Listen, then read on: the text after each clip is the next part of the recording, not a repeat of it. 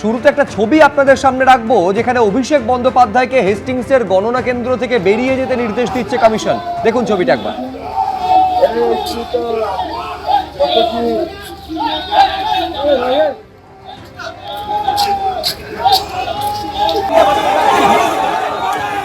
আমি আরো বিস্তারিত এই নিয়ে জানবো, সরাসরি কথা বলবো রুমা পাল আমাদের প্রতিনিধির সঙ্গে। রুমা, ঠিক কি ঘটলো সেই সময়?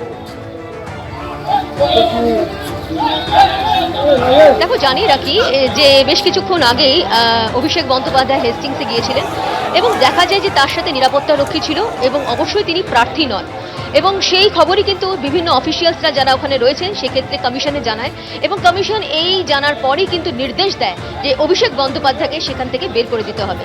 অর্থাৎ কমিশনের বক্তব্য, অভিষেক বন্দ্যোপাধ্যায় নিরাপত্তা রক্ষী নিয়ে গেছেন এবং অন্যদিকে তিনি প্রার্থী নন, সেই কারণে তিনি থাকতে পারবেন না ওখানে কাউন্টিং সেন্টারে, এবং সেই কারণে কিন্তু তাকে একদম সেখান থেকে বের করে দেওয়ার নির্দেশ দেওয়া হয়।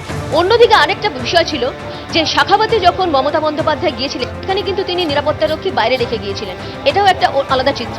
কিন্তু দেখা যায় যে শাখাবাতে যখন গিয়েছিলেন মমতা বন্দ্যোপাধ্যায় এবং অন্যদিকে কিন্তু শুভেন্দু অধিকারীও রয়েছেন, দুজন হাড্ডাহাড্ডি লড়াই হচ্ছে, দুজন একদম হেভি ওয়েট প্রার্থী, সেখানে দেখা যায় দুজনের হাতেই কিন্তু মোবাইল ফোন। সেই খবরও কিন্তু নির্বাচন কমিশনের কাছে আসে। যেহেতু ওখানে অফিসিয়ালসরা রয়েছেন, তারা ভেবে উঠতে পারছিলেন না যে এই হেভিওয়েট প্রার্থীদের কাছ থেকে কিভাবে তারা কি করবেন, কারণ তাদের কাছে মোবাইল ফোন ছিল এবং যেহেতু এত নিয়ম রয়েছে যে কারোর কোনো প্রার্থীর কাছে কিন্তু মোবাইল ফোন থাকতে পারবে না।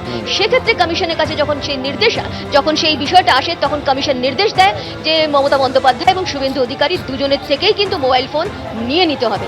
একদিকে অভিষেক বন্দ্যোপাধ্যায়কে একদম হেস্টিং থেকে বের করে দেওয়ার নির্দেশ, অন্যদিকে মমতা বন্দ্যোপাধ্যায় এবং শুভেন্দু অধিকারী মোবাইল ফোন বাজেয়াপ্ত করার নির্দেশ কমিশনের।